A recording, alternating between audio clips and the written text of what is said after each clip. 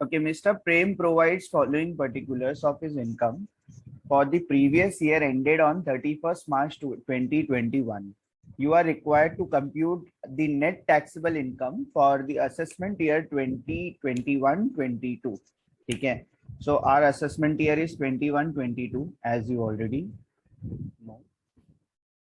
For the month end 31st, for the year ended 31st March 2020, information is given regarding the house property that is self occupied and let out. ठीक है, आपको पता है self occupied के लिए calculation नहीं होता है, एनएवी इज इक्वल टू 0 होता है और उसमें से इंटरेस्ट माइनस करना होता है जिसकी लिमिट होती है. ठीक है, दिस इज वन थिंग. दूसरा हम लोग जो कॉन्सेंट्रेट करेंगे वो हाउस बी के ऊपर ही करने वाले हैं. ठीक है, दैट इज लेट आउट, क्योंकि सेल्फ ऑक्यूपाइड पे कोई कैलकुलेशन नहीं होने वाला है. यहाँ पे एक और एक इंफॉर्मेशन दिया है, house B was vacant for 2 months. House B was vacant for 2 months. ठीक है, तो रेंट रिसीव्ड पर मंथ कितना होता है 50,000. अगर house B which was vacant for 2 months, तो कितने मंथ का रेंट आपको कलेक्ट होगा. वेकेंट का मतलब क्या होता है, उस पर कोई नहीं रह रहा था 2 महीने तक के, तो आपको रेंट रिसीव्ड 10 कितना होगा. months, sir. ठीक है, 10 months का रेंट रिसीव्ड आपको होगा. करेक्ट, मतलब 50,000 के हिसाब से इंटू 10 5 लाख आपको रेंट रिसीव्ड होने वाला है. ठीक है, दिस इज वन थिंग. यहाँ पे दिया house B was vacant for 2 months. अब इसमें एक टेक्निकल जो चैलेंज है वो भी आपको यहाँ पर देखना है. ठीक है, कॉन्सेप्ट जो है वो भी आपको देखना है वैकेंसी का. बट वैकेंसी का एक इम्पैक्ट आप लोगों ने ऑलरेडी देख लिया. वैकेंसी का मतलब होता है nobody was there in the house, no tenant was there. ठीक है, now in that case you have to deduct those 2 months rent, या फिर आप 2 महीने का रेंट कंसीडर नहीं करेंगे तो भी आपको चल जाएगा. Means actual rent will be lesser by 2 months. ठीक है, 2 महीने का रेंट आपको नहीं मिलेगा.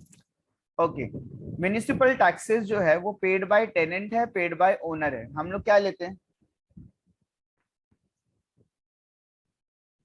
Owner. Paid by owner. Municipal taxes should be paid and it should be paid by owner. ये बहुत इंपॉर्टेंट है, म्युनिसिपल टैक्सेस में मिस्टेक नहीं करना एग्जाम में. Municipal taxes should be paid Yes, by sir. Owner. ठीक है, ये इंपॉर्टेंट है. टेनेंट वाला आप इग्नोर कर सकते हैं, कोई प्रॉब्लम नहीं. इंटरेस्ट पेड भी चलता है, आउटस्टैंडिंग भी चलता है. कल भी मैंने आपको बताया था, पेड एंड आउटस्टैंडिंग इंटरेस्ट दोनों चल जाता है. यहाँ पे 60 120 हो गया, आप पूरा ले लेंगे. ठीक है, तो लेट आउट के लिए कोई प्रॉब्लम नहीं है. लेट आउट के लिए इंटरेस्ट की कोई लिमिट नहीं है. ठीक है, और सेल्फ ऑक्यूपाइड में भी अगर आप देखेंगे तो 20,000 प्लस 5,000 कितना है 25,000, विच इज लेस देन 30,000. ठीक है, 30,000 से कम इंटरेस्ट है तो आपको कुछ भी सोचने की जरूरत नहीं, जितना है उतना ले लो. When it is more than 30,000 तो आपको चेक करना पड़ता है कि भैया आपने लोन कब लिया है और फिर लोन का पर्पस क्या है. कल बताया था, लोन का पर्पस होना चाहिए कंस्ट्रक्शन या परचेज, और लोन आफ्टर 1 अप्रैल 1999 आपको लेना है. ठीक है, तब जाके आपको 30,000 से ऊपर मिलेगा, अप टू 2 लाख, अदरवाइज आपको नहीं मिलेगा. बट यहाँ तो 30,000 से ऊपर गया ही नहीं आपका इंटरेस्ट, तो आपको सोचने की भी जरूरत नहीं, कुछ टेंशन की जरूरत ही नहीं. एसओपी में आप 25,000 पूरा ले सकते हैं. ठीक है, ओके, तो ये है हमारा एक्सेल.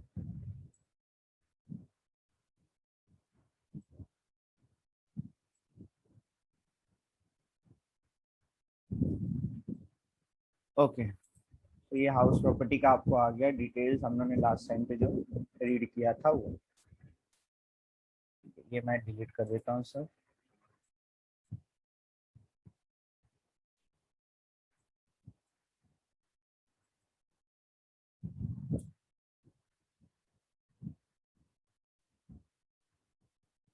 ठीक है, तो एसओपी को मैं फिलहाल के लिए थोड़ा सा हाइड कर देता हूँ, and we will be talking about what LOP या फिर डीएलओपी, जो भी प्रॉपर्टी आपके पास है.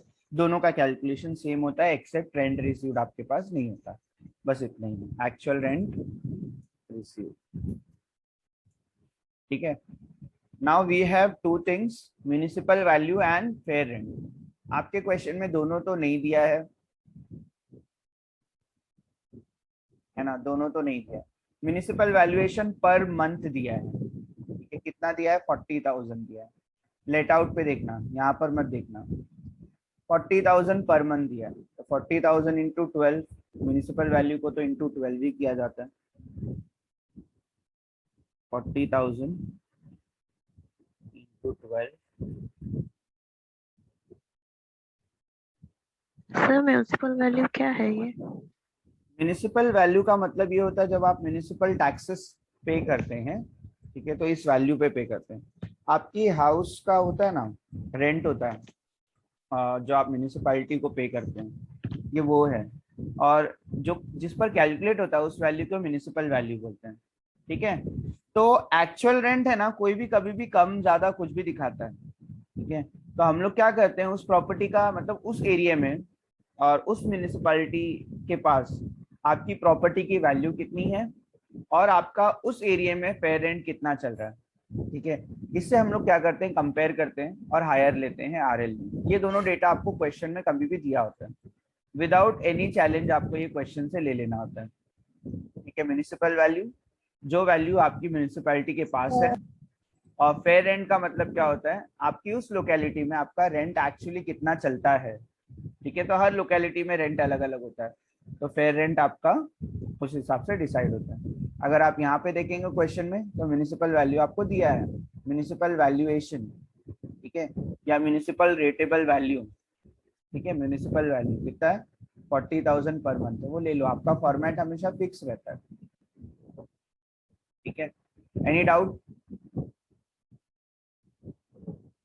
सर क्वेश्चन में लिखा रहता है राइट? हाँ, क्वेश्चन में दिया रहता है म्यूनिसिपल वैल्यू, आपको कहीं से फाइंड आउट नहीं करना है ये चीज, ये क्वेश्चन में अवेलेबल रहेगा। रहेगा तो ठीक है, नहीं रहेगा तो भी ठीक है, नहीं रहेगा तो आप ब्लैंक उसको छोड़ दो, कोई प्रॉब्लम नहीं, ठीक है। जैसे फेयर रेंट नहीं दिख रहा है देखो क्वेश्चन में, है ना, तो मैं इसको ब्लैंक रखने वाला हूँ, फेयर रेंट नहीं है। तो ये क्वेश्चन ही दिया होता है, क्वेश्चन में ही दिया होता है, तो हम लोग को नहीं दिया है तो हम लोग कुछ नहीं कर सकते उसके लिए, ठीक है। नाउ इन दोनों का हायर कितना होगा, आरएलवी कितना होगा इसका, बोलो। 4,80,000 बराबर, है ना। हायर मतलब क्या, एक ही वैल्यू दी है, वही वैल्यू आपको ले लेना है, ठीक है। ओके, एक्चुअल रेंट हम लोग ने जैसे डिसाइड किया है कि 10 मंथ्स का होगा, बिकॉज 2 मंथ्स का वैकेंसी है यहाँ पर। रेंट रिसीव्ड पर मंथ दिया है 50,000, house B was vacant for 2 months, तो 2 मंथ्स के लिए वेकेंट था, तो 50,000 इंटू 12 नहीं कर देना, 50,000 इंटू 10 करना, ध्यान से, क्योंकि house B was vacant for 2 months, ठीक है। तो कितना हो जाएगा, ये 5 लाख हो जाएगा। सर आपने 12 कर दिया। ओहो, 10 करना था ना, कितना हो जाएगा 5 लाख हो जाएगा, है ना। 50,000 into 10। Okay, now tell me gross annual value कितना होगा, इन दोनों का हायर होता है,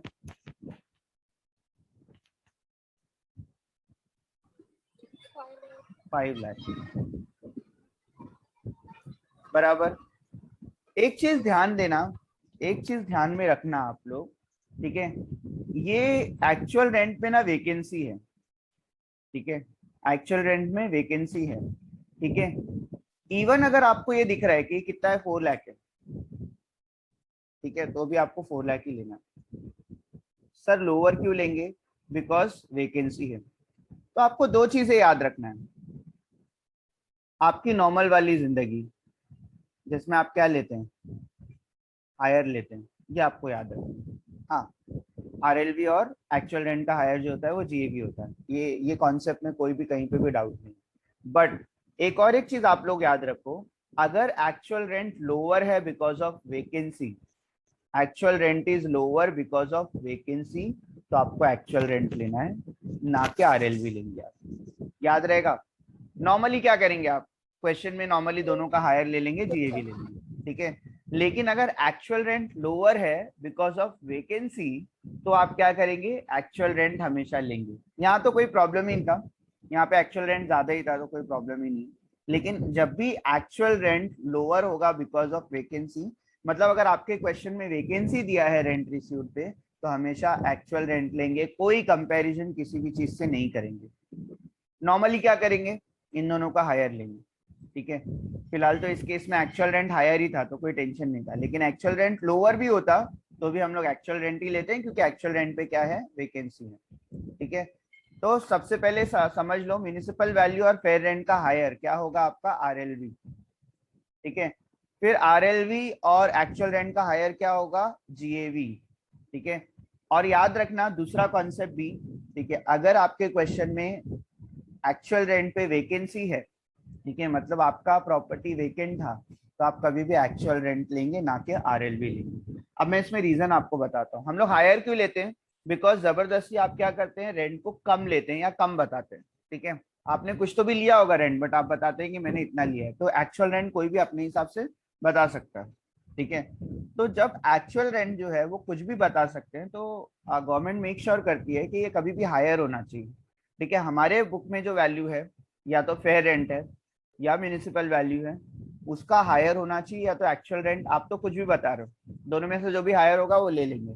लेकिन जब एक्चुअल रेंट लोअर होता है बिकॉज ऑफ वैकेंसी, तो इसमें ओनर की कोई गलती नहीं होती, प्रॉपर्टी में कोई था ही नहीं, कोई रहता ही नहीं था उस टाइम पे, तो वेकेंट थी प्रॉपर्टी, इस वजह से आपका रेंट लोअर है।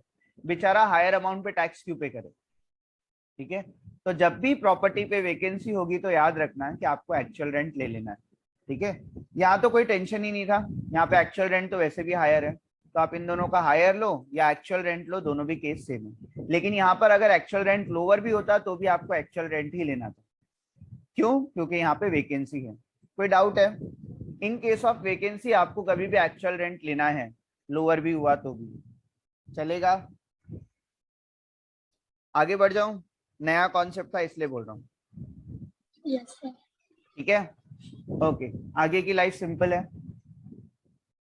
म्युनिसिपल वैल्यू, म्युनिसिपल टैक्सेस दिया है क्वेश्चन में, कहाँ दिया है म्युनिसिपल टैक्सेस, कौन सा म्युनिसिपल टैक्सेस लेंगे, Owner.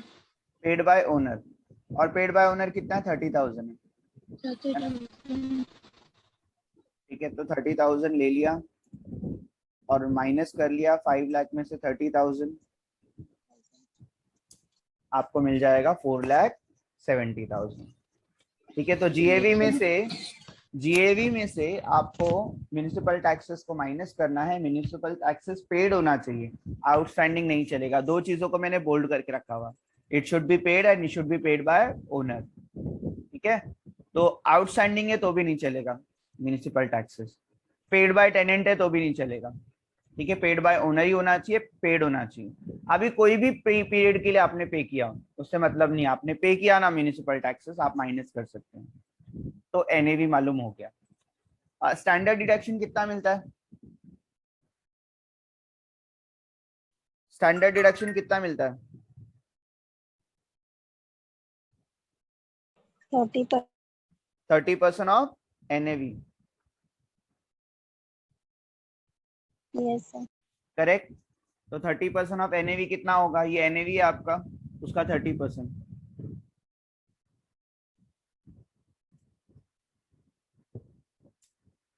1,41,000। इंटरेस्ट ड्यू भी चलेगा, पेड भी चलेगा, है ना, लिखवा दिया। इंटरेस्ट पेड कितना है, 60,000, ड्यू कितना है 60,000, दोनों मिला के कितना हो गया, 1,20,000, दोनों ले लो,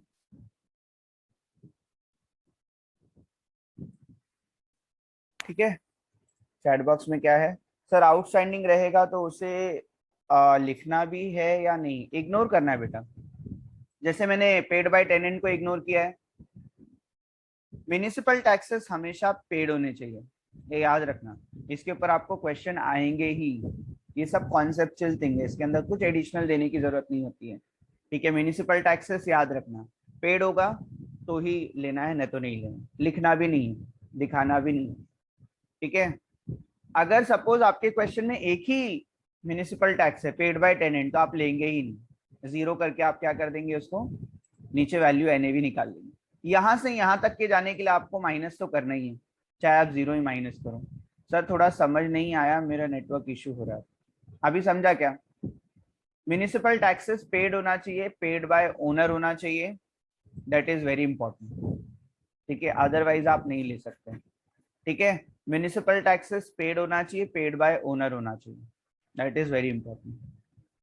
ठीक है, यहाँ पर उसके बाद आप माइनस कर लेंगे। अगर आपके क्वेश्चन में दिया है पेड बाय टेनेंट तो आप उसको इग्नोर करेंगे, सिर्फ पेड बाय टेनेंट है वो भी इग्नोर कर देंगे आप।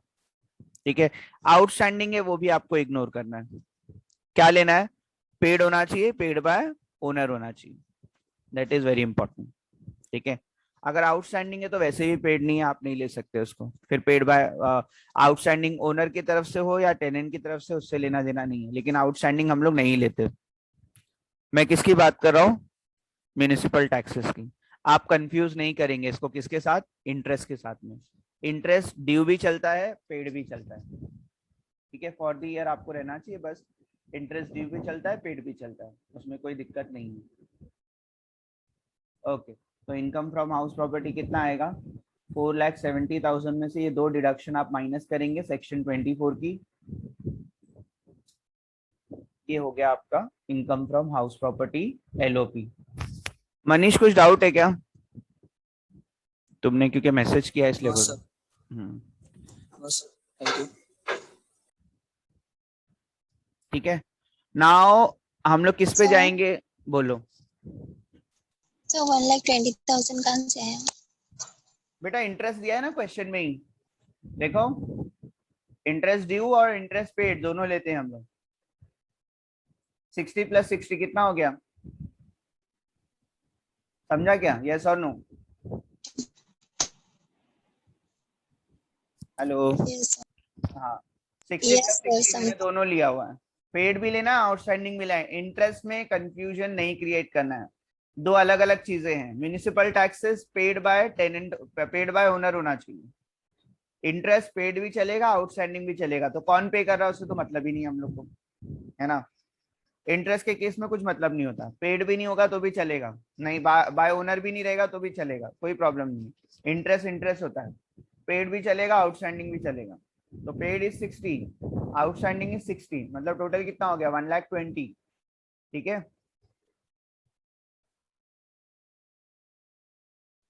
Any doubt, any question?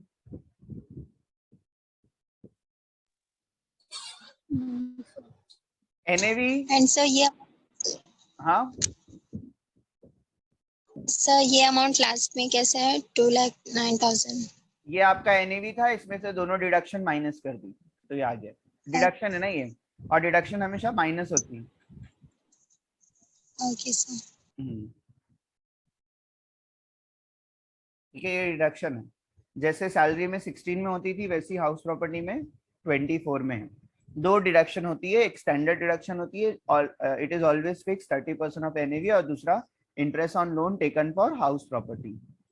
ठीक है, यहाँ पर एसओपी जब आप करेंगे तो हमेशा हेलो हाँ सर, अभी भी स्टिल कंफ्यूजन है लेस डिडक्शन का। क्या? ये कहाँ से 2 1,20,000? लाख ये last income from house property.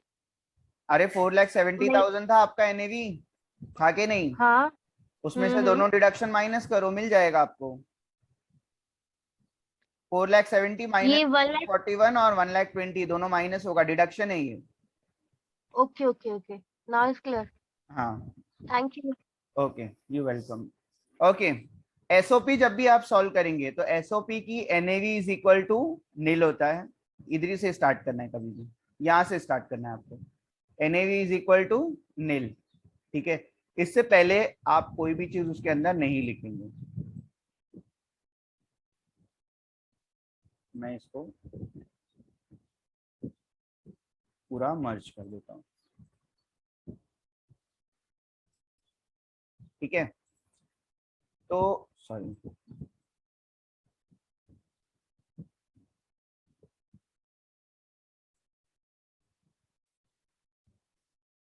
हाँ, यहाँ पे कैलकुलेशन कभी भी किससे स्टार्ट करना है? एसओपी का हमेशा एनएवी इज इक्वल टू 0 लेना है। एनएवी इज इक्वल टू 0 लेना है। इस पे स्टैंडर्ड डिडक्शन नहीं होती है, हो ही नहीं सकती। स्टैंडर्ड डिडक्शन कितनी होती है? 30% ऑफ एनएवी, तो इसका तो एनएवी होता ही नहीं, 0 होता है। तो आप क्या करेंगे? इसको ले ही नहीं पाएंगे। Okay, now interest on house property again due और पेड दोनों ले लेंगे। कितना हो रहा है इसका? 25,000 हो रहा है। 20,000 प्लस 5,000, पेड 20 है, आउटस्टैंडिंग 5,000 है, टोटल कितना हो गया? 25,000। तो 25,000 ले लिया, ठीक है। अब इसको भी वैसे ही करेंगे, इनकम फ्रॉम हाउस प्रॉपर्टी मालूम करेंगे, जीरो में से 25,000 माइनस करेंगे तो आंसर हमेशा इसका 25,000 ही आएगा, मतलब हमेशा इंटरेस्ट, ठीक है। जीरो में से कोई भी चीज, जैसे इसमें से माइनस किया तो आंसर आया आपको 2,09,000, लेकिन यहाँ से अगर आप माइनस करेंगे तो आंसर हमेशा माइनस में आएगा, क्योंकि जीरो में से कोई भी चीज माइनस करेंगे तो आंसर माइनस में आएगा। तो एसओपी का आंसर हमेशा नेगेटिव होता है या तो जीरो होता है। जीरो मतलब अगर इंटरेस्ट रहा ही नहीं तो आंसर जीरो ही रहेगा, लेकिन अगर इंटरेस्ट रहा तो जितना भी होगा वो आपका माइनस में ही आएगा हमेशा। ओके, टोटल इनकम मालूम करना है तो कभी भी इन दोनों को प्लस कर दो, दोनों प्रॉपर्टी के इनकम को। पता है कि माइनस प्लस क्या होता है? माइनस होता है। तो 1,84,000 आपका आएगा total income from house property, ठीक है। This is total, total of what? इन दोनों का टोटल है। इन दोनों का टोटल कितना आएगा? 1,84,000 आएगा। कैसे? माइनस में है 25,000 एक प्रॉपर्टी का, प्लस में है 2,09,000, और प्लस और माइनस क्या होता है? माइनस होता है। तो आपका हमेशा ऐसे ही आएगा। Okay, any doubt? No, sir. हो गया, ये चीज क्लियर हो गई? क्वेश्चन किस किस ये के ऊपर? आउट ऑफ द बॉक्स क्यों लिखा है आपने? आउट ऑफ बॉक्स और बॉक्स में ले आते हैं, रुको। आउट ऑफ बॉक्स लिखा नहीं है क्योंकि दोनों को टोटल करना था, इसलिए एक साथ में बाहर कर दिया, ठीक है।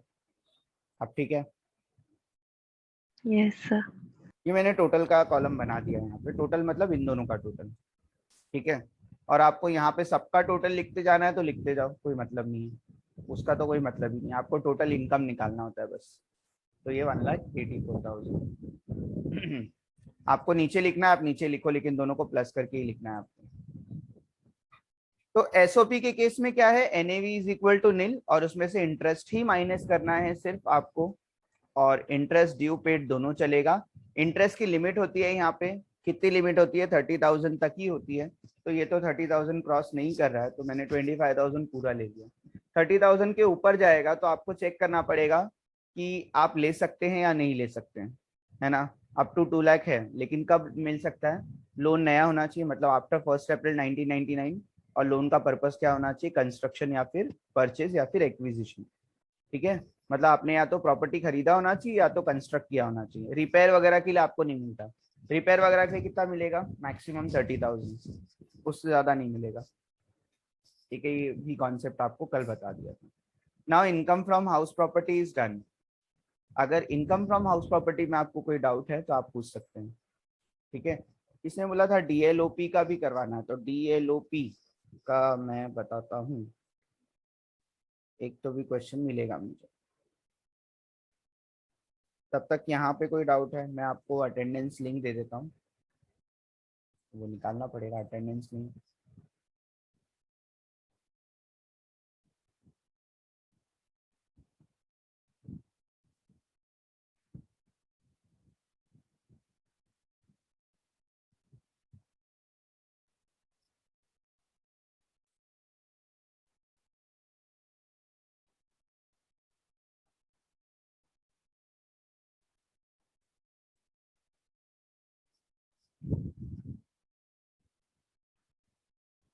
स्वाति का नाम यहाँ पर है, बट स्वाति ने क्यों बोला उसका नाम नहीं है?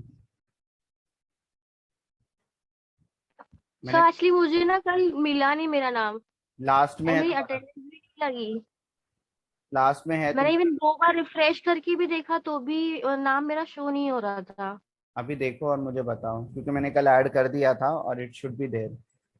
अगर स्वाति को नहीं दिख ओके। रहा है तो कोई और देख के बताओ जरा, किसी को दिख रहा है तो अगर किसी और को दिख रहा है तो आपको भी दिखना चाहिए।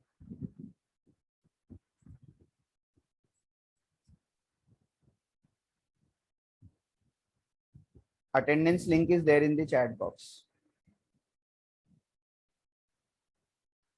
और मैं आपके लिए क्वेश्चन जो है वो दूसरा देख लूं, SY बैफ में होगा ना।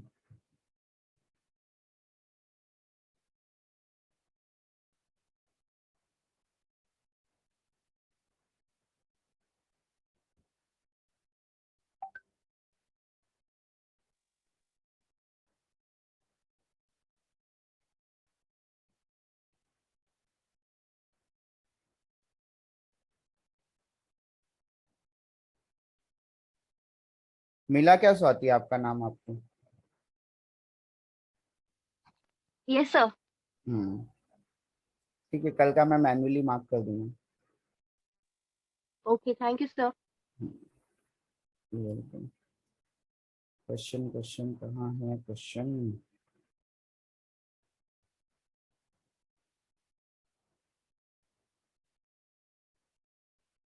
कैपिटल गेन आ गया।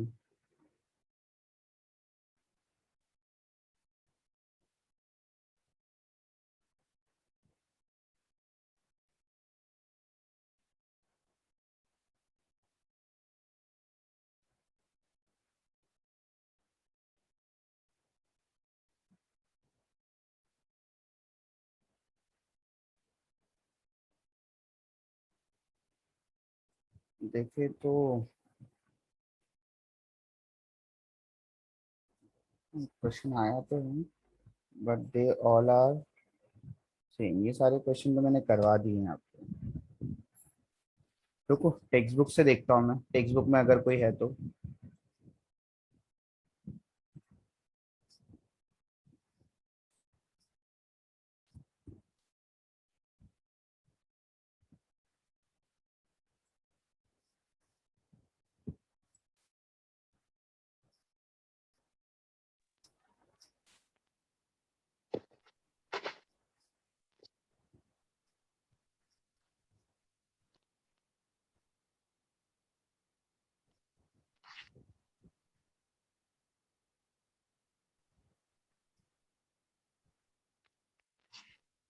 Direct tax to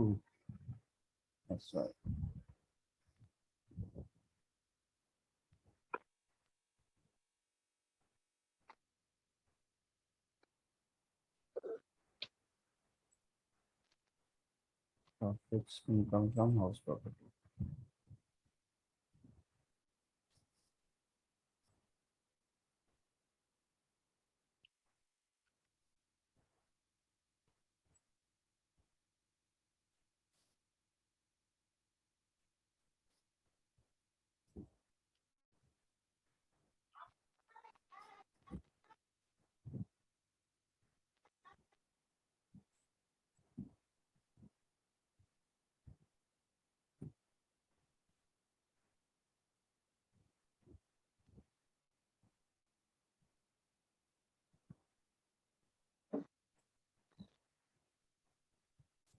okay, so मैं एक भेज रहा हूँ आपको, थोड़ा सा 2 पेज पे है तो एक पेज पे करके इसको भेजता हूँ।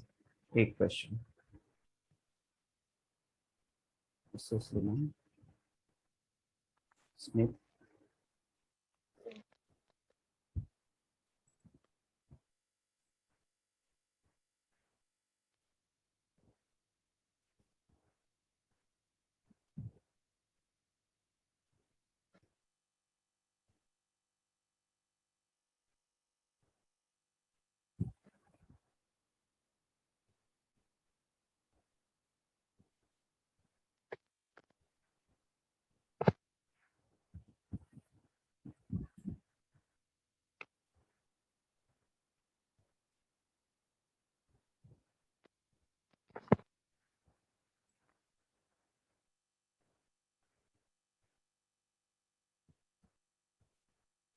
Okay, so I am sending this question now. मैंने क्रॉप कर लिया है इसको अच्छे से।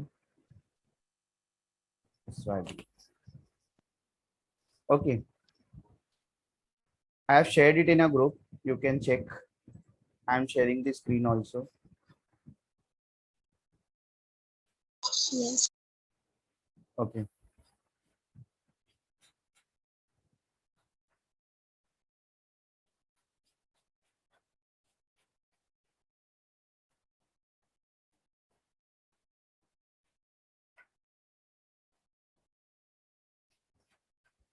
the question।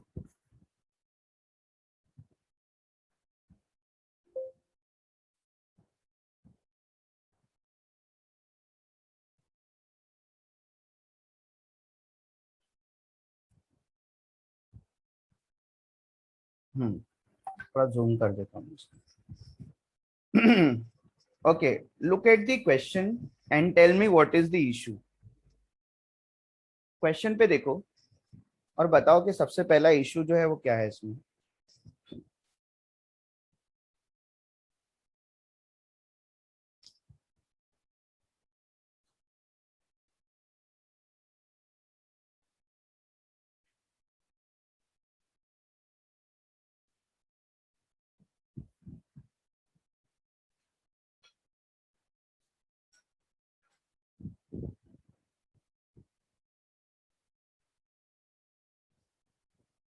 ओके बताओ व्हाट इज मिसिंग, जो दूसरे क्वेश्चन में नहीं था, मतलब तुमको क्या लगता है। ये वैसे एग्जाम का क्वेश्चन नहीं है बट मैंने आपको टेक्स्ट बुक से निकाल के दिया। बोलो what is missing in this.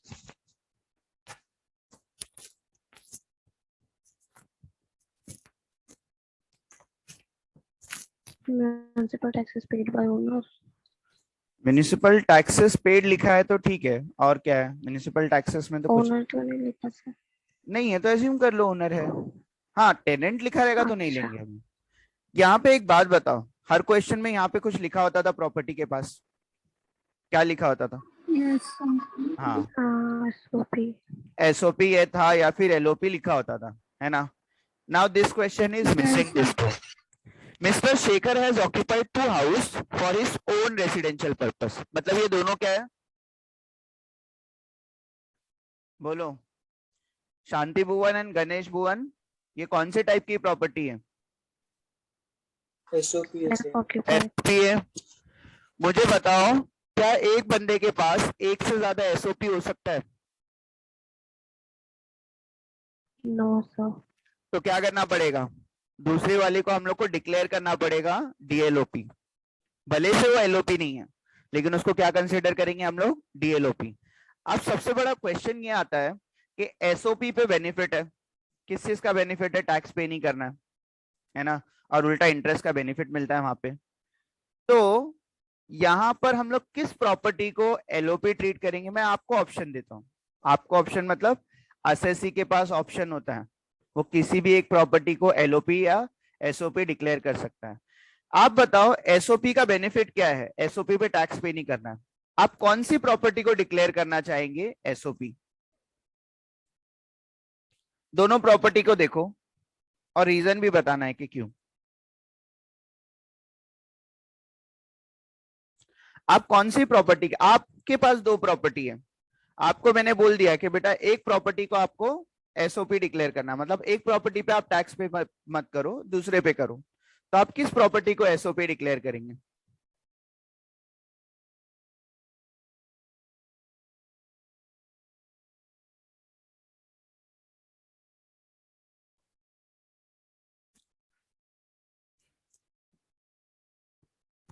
बोलो। उसके अमाउंट्स कम होंगे उसके। क्यों अमाउंट कम होगा, तो वैसे भी उसके ऊपर टैक्स कम है, तो आप उसको क्यों डिक्लेयर करेंगे एसओपी। जिसका अमाउंट ज्यादा है तो उसको उसकी डिक्लेयर करो ना, समझा।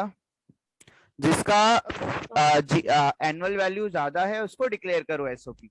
इससे फायदा क्या होगा, उसका 0 हो जाएगा एनुअल वैल्यू, और जो दूसरा बचा है जिसका एनुअल वैल्यू कम है उसके ऊपर तो वैसे भी टैक्स कम है ना। जिसके ऊपर टैक्स ज्यादा है उसको 0 करो आप।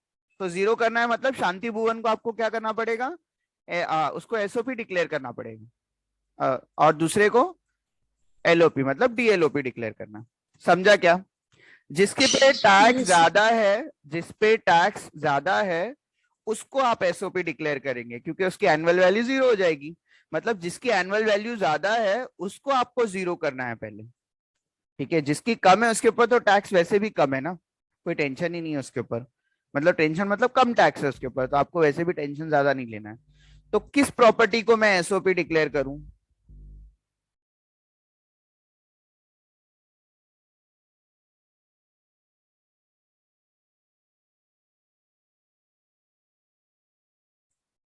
बोलो।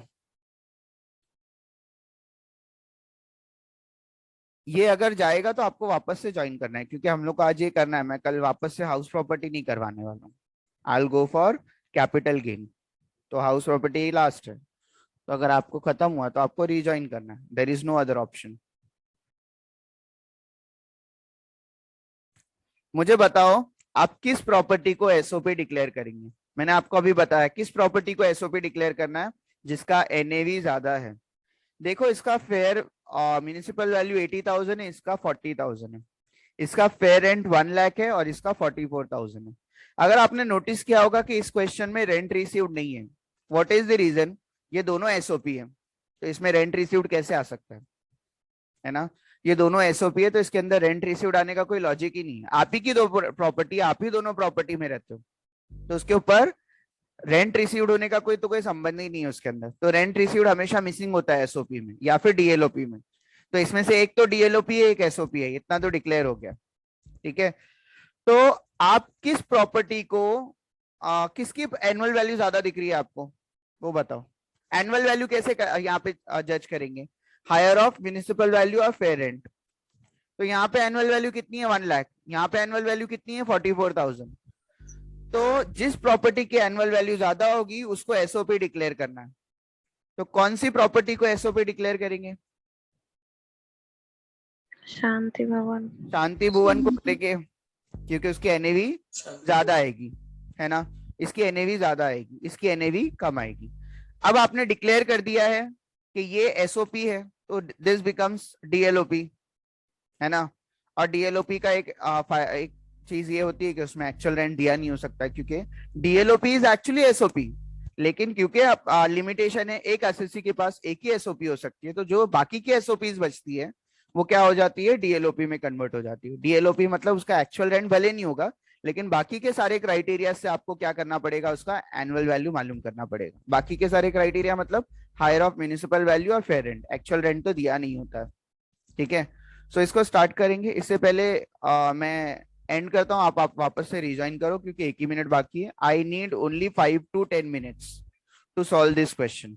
तो आप रिज्वाइन करेंगे तो आराम से सॉल्व हो जाएगा, क्योंकि बेसिक चीज हम लोगों ने ऑलरेडी कर लिया है। बेसिक यही था कि किसको एसओपी डिक्लेयर करना है, किसको DLOP. Format is going to be the same only. Okay, तो ये मैं एंड करता हूँ, आप वापस से रिज्वाइन करो, मैं तो भूल जाऊँ। I share the screen.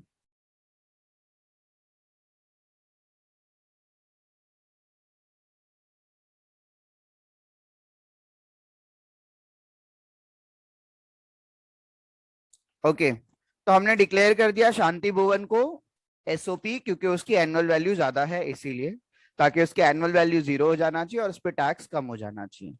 ठीक है, और गणेश भुवन को हम लोग डीएलओपी ट्रीट करने वाले हैं, क्योंकि उसकी एनुअल वैल्यू कम है। ठीक है, तो यहां तक के किसी को कोई डाउट नहीं था? We will move further and we will solve this question. Okay, now we have two type of property, one is SOP and one is LOP। इसका कैलकुलेशन नहीं भेजा ना? 2 minute, this is question number, क्या था इसका? 13.22।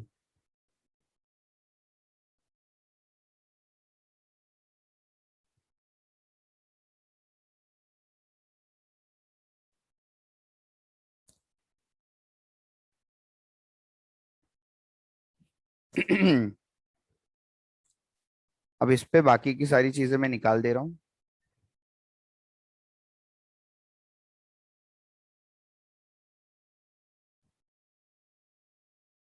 ठीक है,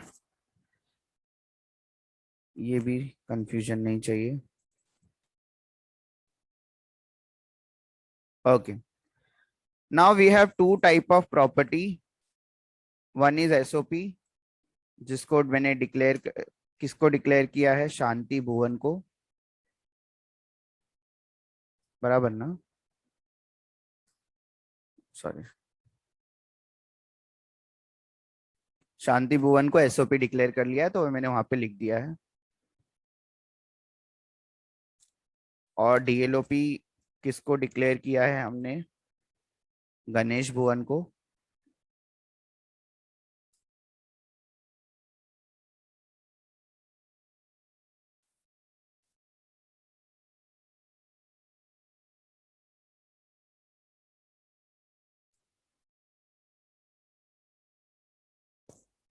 ठीक है, अब इसका कैलकुलेशन शुरू करेंगे।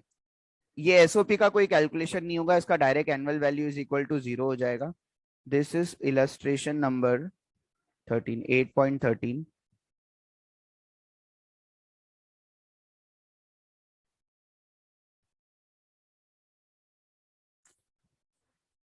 ओके, यहाँ पे अभी फिलहाल शांति भुवन पे डिस्कस नहीं करेंगे, हम लोग किस पे जाएंगे, गणेश भुवन पे। गणेश भुवन का म्युनिसिपल वैल्यू कितना है, 40,000 है।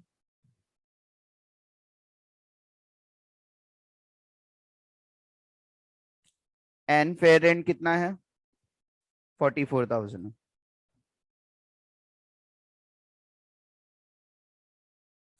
ठीक है, क्या होगा आरएलवी बताओ।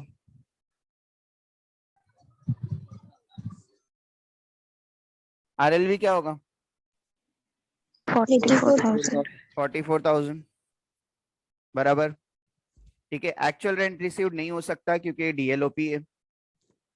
जीएवी कितना होगा बोलो,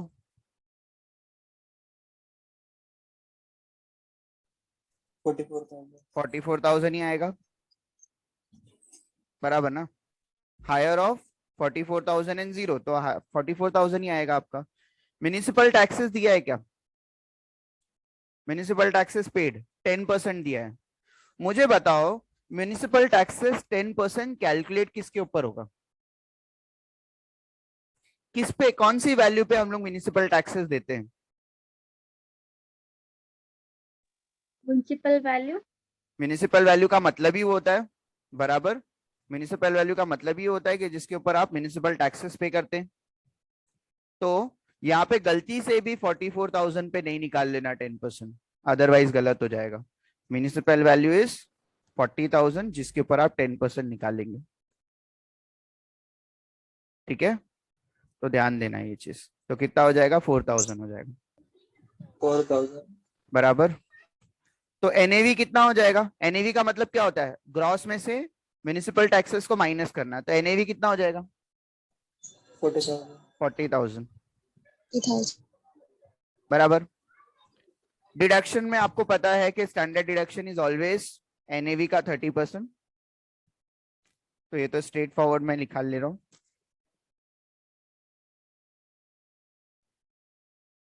ठीक है, और इंटरेस्ट क्वेश्चन में से देख के लिख लेना है। इंटरेस्ट कितना भी ले सकते हैं क्योंकि ये डीएलओपी है, तो इस पे इंटरेस्ट की कोई लिमिट नहीं होती। तो 2,16,000 मैंने पूरा ले लिया।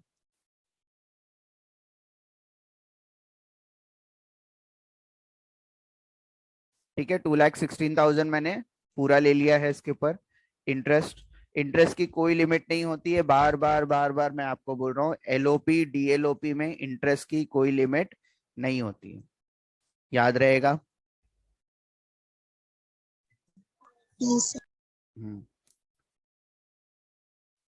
सिंपल, क्या करो, 40,000 में से ये दोनों को माइनस करते हैं, आंसर माइनस में 1,88,000 आएगा। ठीक है, माइनस में Yes, sir. 1,88,000 आएगा 40 में से अगर ये दोनों माइनस करेंगे तो। ठीक है, आई होप मैंने इंटरेस्ट का अमाउंट बराबर लिया है। यस, बराबर है। Interest paid on borrowed fund, fire insurance, ground rent, rent, ये लैंड रेवेन्यू, ये सब आप नहीं कंसीडर करेंगे। हाउस प्रॉपर्टी पे कोई भी एक्सपेंसेस हम लोग नहीं लेते हैं, उसके बदले में स्टैंडर्ड डिडक्शन लेते हैं। You are required to ascertain the which property should be treated as SOP and determine taxable income. यही बताना था कि कौन सी एसओपी ट्रीट होगी। तो कौन सी एसओपी ट्रीट होगी, शांति भुवन। ठीक है, assuming both the loans were taken prior to 1 April 2000, 1 April 1999 के पहले ही लिया हुआ है, ऐसा वो बोलना चाह रहा है। ठीक है, तो वैसे भी आपको ज्यादा लिमिट नहीं मिलने वाली और वैसे भी इसकी जरूरत नहीं है। डीएलओपी में वैसे भी कोई जरूरत नहीं है क्योंकि डीएलओपी में कोई लिमिट अप्लाई नहीं होती है, डीएलओपी की कोई लिमिट नहीं है, अनलिमिटेड आप क्या कर सकते हैं, डीएलओपी में से इंटरेस्ट को माइनस कर सकते हैं। वंस अगेन मैं बार बार आपको बता रहा हूँ, यही क्वेश्चन एग्जाम में भी पूछा हुआ था, तो गलती नहीं करना। एसओपी की जब बात आएगी शांति भुवन की, तो एनएवी इज इक्वल टू क्या हो जाएगा, 0। स्टैंडर्ड डिडक्शन होता नहीं है, सिर्फ क्या होगा, इंटरेस्ट। इंटरेस्ट कितना है,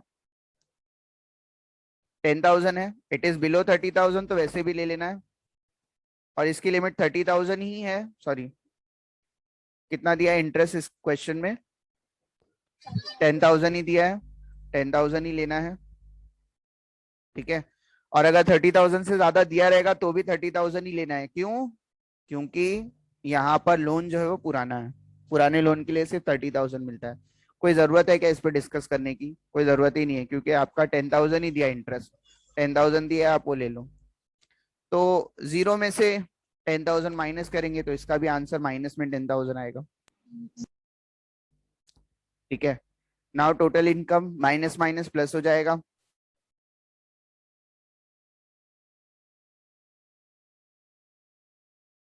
तो लॉस फ्रॉम हाउस प्रॉपर्टी 1,98,000, ठीक है। माइनस माइनस प्लस हो जाएगा, तो ठीक है। Any doubt, any question, any concern? एक बार मुझे चेक करना है तो मैं चेक कर लूं। करेक्ट है, 1,98,000 इज द करेक्ट आंसर। कुछ पूछना है किसी को? डीएलओपी हो गया। किसी ने रिक्वेस्ट किया था, मनीष ने रिक्वेस्ट किया था। मनीष आपको समझ गया? कॉन्सेप्ट इज सेम ओनली, सिर्फ इतना है कि मनीष है, हाँ, सिर्फ इतना ही है कि वहां पे एक्चुअल रेंट नहीं दिया रहेगा। नहीं दिया है तो भी कोई चीज करने की ऐसा जरूरत नहीं होता। तो आरएलवी हायर कैसे आया सर?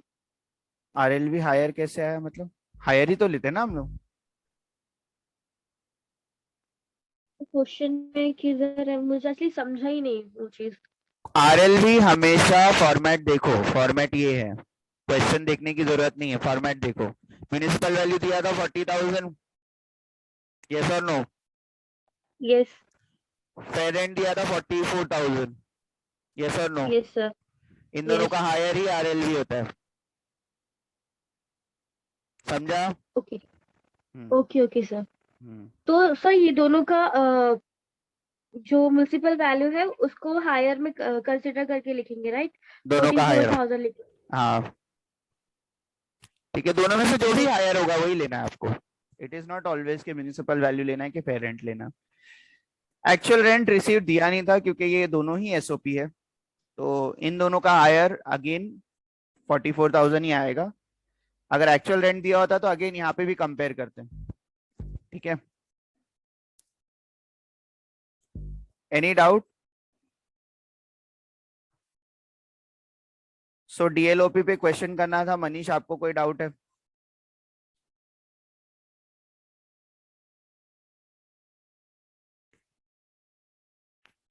No sir.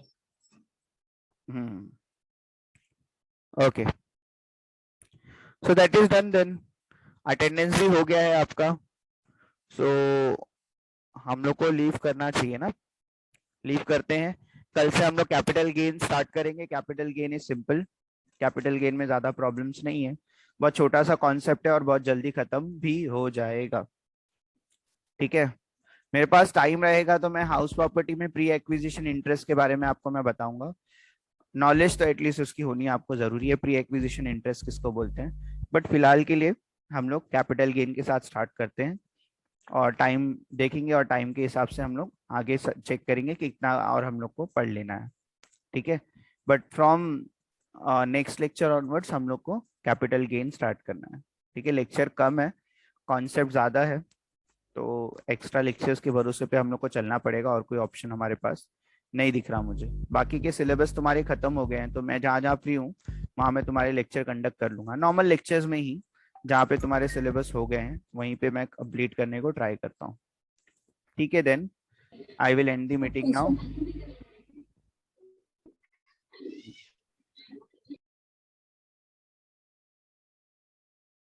सिमरन ने क्या बोला? Okay sir, no issue sir. External कब से होगा? अक्टूबर की 16 से होगा प्रोबेबली, ठीक है। अक्टूबर की 16 से। डेट अब तक की क्लियर नहीं आई है, बट एजम्पशन यही मान के चलो कि 16 ही है। ए डेट की आ गई है तो हमारी भी सेम ही रहेगी, ठीक है। एंड कर रहा हूँ।